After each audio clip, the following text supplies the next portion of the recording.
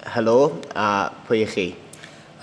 Yn enw I yw Roger Owen, dwi'n gyfarwyddwr ar y sioe 5-7 sydd wedi cael ei sgrifennu yn arbennig ar gyfer myfyrwyr adran astudiaethau theatr ffilm a theledu yma yn Aberystwyth gan Angharad Thomas. Wrth gwrs oedd Angharad wedi sgrifennu nifer o bethau yn ystod 2013 ar gyfer Theatr Genedlaethol Cymru oedd yn ymwneud â achosion cenedlaethol, buodd yn gysylltiedig ar Bont a Dyled Eileen. Ac felly fe wnaethon ni fachu ar y cyfle I ofyn iddi I wneud rhywbeth ar ein cyfer ni.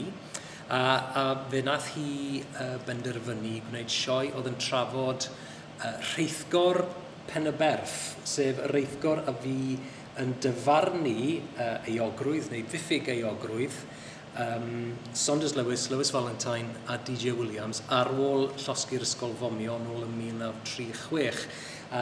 Ac yn hydref y flwyddyn honno, fe gafwyd achos llys yng Nghaernarfon, lle oedd 5 o'r rheithgorwyr wedi penderfynu nad oedd sail I gael y tri yn euog o'r drosedd, gweitha'r ffaith yn y lle cyntaf I fod nhw wedi cyffesu i'r drosedd.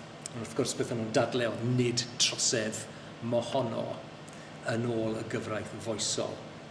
A felly oedd diddordeb gyda hi yn hynny fel rhyw fath o safiad arbennig o ddewr ar ran bobl cwbl gyffredin oedd wedi cael ei taflu mewn i'r sefyllfa yma. Dyma beth yw sail y ddrama 5-7 gan Angharad Thomas I ni'n neud fan hyn. Mae tocynnau ar gael yn nghanolfan y celfyddydau yn Aberystwyth a maen nhw'n 7 punt a 5 punt o ostyngiad.